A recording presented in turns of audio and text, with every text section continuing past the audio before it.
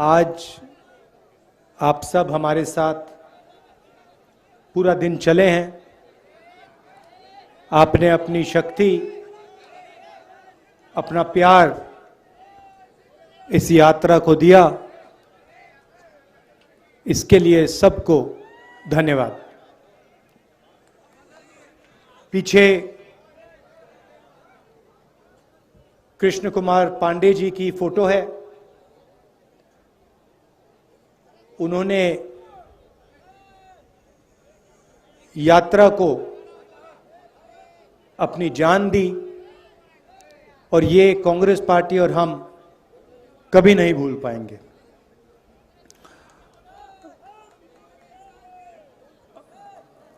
हमने सोचा था कि हमारे जो यात्री हैं सब के सब अंत तक पहुंचेंगे, मगर दुख की बात है कि हमारे एक प्यारे साथी हमारे साथ श्रीनगर तक नहीं पहुंच पाएंगे। मगर जो उनकी सोच है वो हमारे साथ चलेगी और वो श्रीनगर तक पहुंचेगी। आपको याद होगा कुछ साल पहले इसी दिन नरेंद्र मोदी जी ने नोटबंदी की थी। 8 बजे रात को, मतलब अभी 7 बज रहे हैं, इसके 1 घंटे बाद नरेंद्र मोदी जी टीवी पे आए और उन्होंने कहा कि मैं 500 रुपए और 1000 रुपए के नोट को रद्द करने जा रहा हूं और काले धन के खिलाफ मैं लड़ाई लड़ रहा हूं। सच्चाई ये थी कि नोटबंदी काले धन को मिटाने के लिए नहीं की गई। नोटबंदी जो हमारे छोटे व्यापारी हैं, स्मॉल और मीडियम बिजनेस चलाने वाले लोग हैं, जो हमारे किसान हैं, उन पर आक्रमण था और उसका नतीजा आज तक हिंदुस्तान के हर गरीब को दिख रहा है। नोटबंदी के बाद उन्होंने गलत जीएसटी लागू की और इन 2 पॉलिसीज ने, जो हिंदुस्तान की रीढ़ की हड्डी है, जो इस देश को रोजगार दिलवाती है, किसान, छोटे बिजनेस वाले, छोटे दुकानदार, इन सब को नष्ट कर दिया, खत्म कर दिया। यहां आने से पहले मैं युवाओं से मिला, 5-10 युवाओं से मिला और मैंने उनसे सवाल पूछा। वो एग्जाम के बारे में आए थे, डेलीगेशन आया था, एग्जाम के बारे में बात कर रहे थे। मैंने उनसे पूछा कि आपको क्या लगता है आज के हिंदुस्तान में,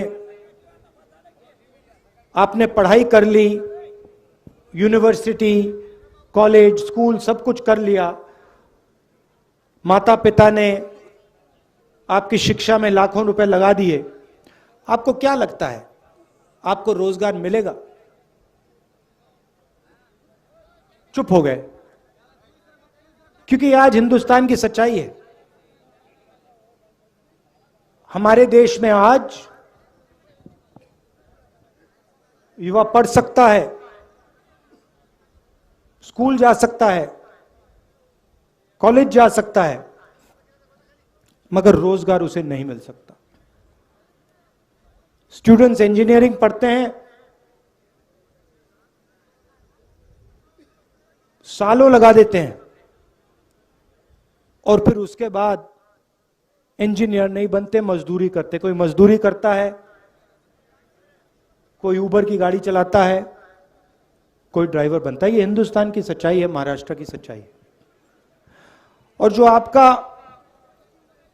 शिक्षा का सिस्टम है, स्वास्थ्य का सिस्टम है, वो पूरा का पूरा प्राइवेटाइज किया जा रहा है। दो तीन लोग हैं, इनके हवाले नरेंद्र मोदी जी और आपकी यहां की सरकार पूरा का पूरा ढांचा इनके हवाले कर रही है। मैंने उनसे पूछा, लड़कों से पूछा कि भाई बताओ, बेरोजगारी के कारण बताओ। मुझे कहते हैं जो पब्लिक सेक्टर था, जिसमें हमारे जैसे लोगों को रोजगार मिलता था, थोड़ी सिक्योरिटी होती थी, उन्होंने कहा पूरा का पूरा पब्लिक सेक्टर प्राइवेटाइज किया जा रहा है, बंद किया जा रहा है। तो वो भी रास्ता बंद है। नोटबंदी ने, जीएसटी ने एक रास्ता बंद किया, प्राइवेटाइजेशन दूसरा रास्ता बंद कर रहा है। तो ये देश की हालत है।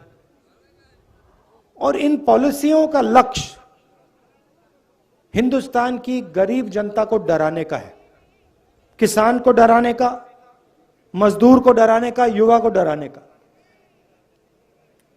और बीजेपी और आरएसएस डर को फिर नफरत में बदल देते हैं।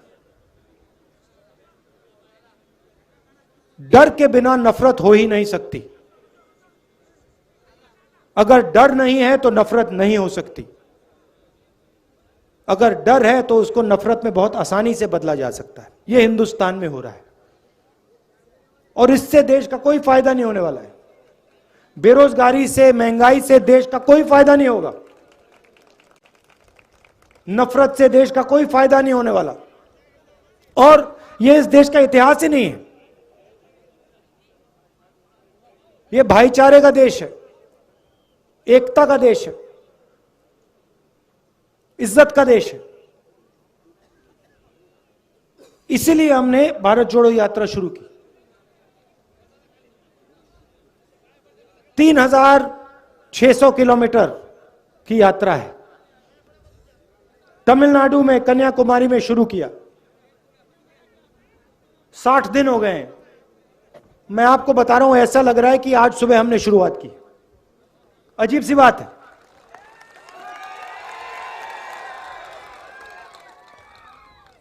हमारे यात्री, उनसे आप पूछो, किसी को समझ नहीं आ रही बात। 25-25 किलोमीटर हर रोज चलते हैं। 60 दिन से चल रहे हैं।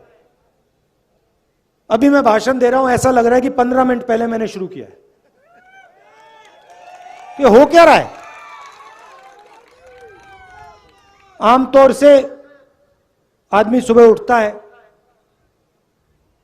थकान नहीं होती, दिन भर काम करता है, शाम को थकान होती है ना? यहां अजीब सी बात है। यहां हम सुबह उठते हैं, थकान नहीं होती, 25 किलोमीटर चलते हैं, 25 किलोमीटर चलने के बाद थकान नहीं होती। मैंने सोचा ये हो क्या रहा है? जवाब बताऊं आपको। हम अपनी शक्ति का प्रयोग नहीं कर रहे। राहुल गांधी अपनी शक्ति का प्रयोग नहीं कर रहा। ये जो यात्री हैं, ये अपनी शक्ति का प्रयोग नहीं कर रहे हैं। हम सब आपकी शक्ति का प्रयोग कर रहे हैं। आप हमें पीछे से धकेल रहे हो। आपका प्यार हमें पीछे से धकेल रहा है। और ये आपका जो प्यार है, ये हमें श्रीनगर तक पहुंचाएगा।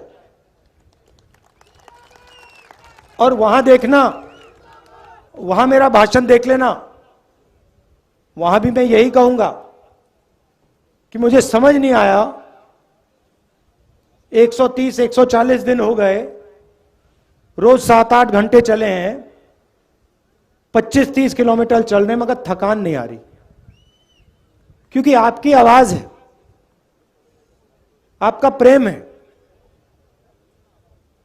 और हम आपकी आवाज सुनने आए हैं। मैं यहां लंबा भाषण नहीं देना चाहता हूं। राजनेता आते हैं, 2 घंटे का भाषण करते हैं, कोई जरूरत नहीं है। हम यहां आए हैं 7 घंटे चलें, सुबह से शाम हम आपसे बात कर रहे हैं, किसानों से, युवाओं से। अभी विकलांग औरत मिली मुझे, उसके दिल में जो था उसने मुझे बताया, उसकी व्हीलचेयर को धकेला मैंने। हम आपकी बात सुनने आए हैं क्योंकि हम जानते हैं आप सब कुछ समझते हो। खेती के बारे में सीखना हो, किसी ब्यूरोक्रेट की जरूरत नहीं होती है। खेती के बारे में सीखना हो तो किसान के साथ बैठ जाओ, 15 मिनट में वो आपको समझा देगा जो समझना है। वो क्या कह रहा है? कह रहा है कि हमारा कर्जा माफ नहीं होता। हिंदुस्तान के अरबपतियों का कर्जा 2 मिनट में माफ हो जाता है, हमारा नहीं होता। हमने क्या गलती की? हमने कौन सी गलती कर दी? वो बता रहा है। कहता हमें एमएसपी नहीं मिलती।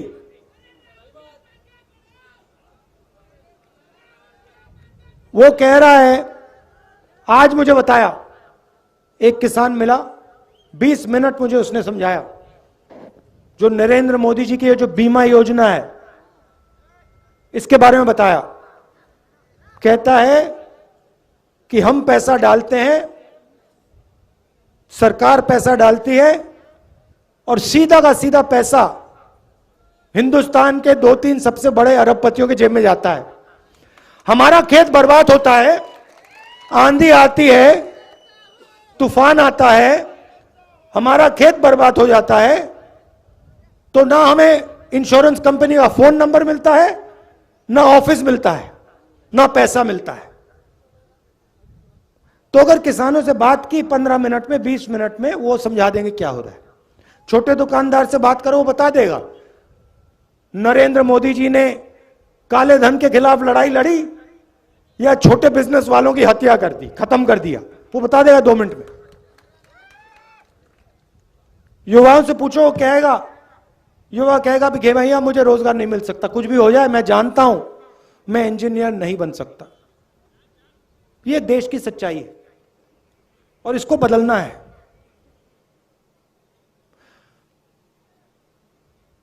और ये देश में आरएसएस और नरेंद्र मोदी जी ने, बीजेपी ने नफरत की राजनीति शुरू की है।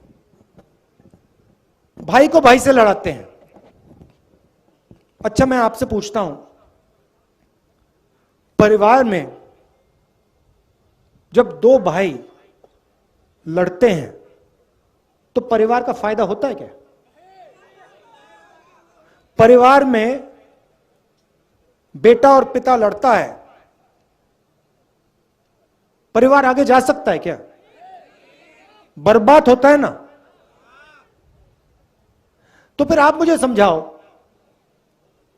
अगर जब भाई भाई के साथ लड़ता है परिवार बर्बाद होता है, तो फिर यहां देश में अगर भाई भाई से लड़ेगा तो देश का क्या होगा?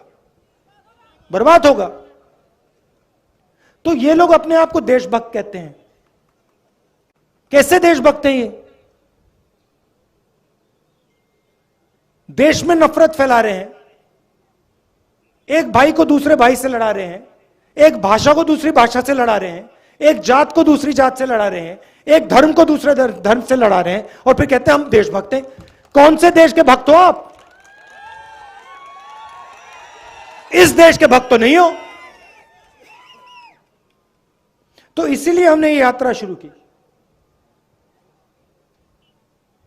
और इसमें 1 इंच, मतलब हम शुरू करेंगे कन्याकुमारी से शुरू किया, और कश्मीर में, श्रीनगर में ये जो हमारा तिरंगा है उसको हम वहां के जाके लहराएंगे। और आपने हमें इतनी शक्ति दी है, इतना प्यार दिया है, मैं आपको बता भी नहीं सकता। मैं यहां 3-4 घंटे बैठ जाऊं तब भी मैं आपको समझा नहीं सकता कि आपने मुझे कितना दिया है, कितना प्यार दिया है, कितनी शक्ति दी है। इसलिए मैं दिल से आपको धन्यवाद करना चाहता हूं, दिल से धन्यवाद करना चाहता हूं। और एक बार फिर आज दुख का दिन है। पांडे जी झंडा झंडा लिए चल रहे थे, झंडा लिए चल रहे थे, आखिरी सेकंड तक झंडा लिए चल रहे थे और फिर शहीद हुए। तो ये मीटिंग उनके याद में है। उनके परिवार को, हम सब का, पूरी कांग्रेस पार्टी का, हर कार्यकर्ता का, हर नेता का प्यार, और उनको मालूम होना चाहिए कि ये पूरी पार्टी, इस पार्टी का हर एक कार्यकर्ता, इस पार्टी का हर एक नेता आपके साथ है। आपको घबराने की कोई जरूरत नहीं। धन्यवाद। जय हिंद। नमस्कार।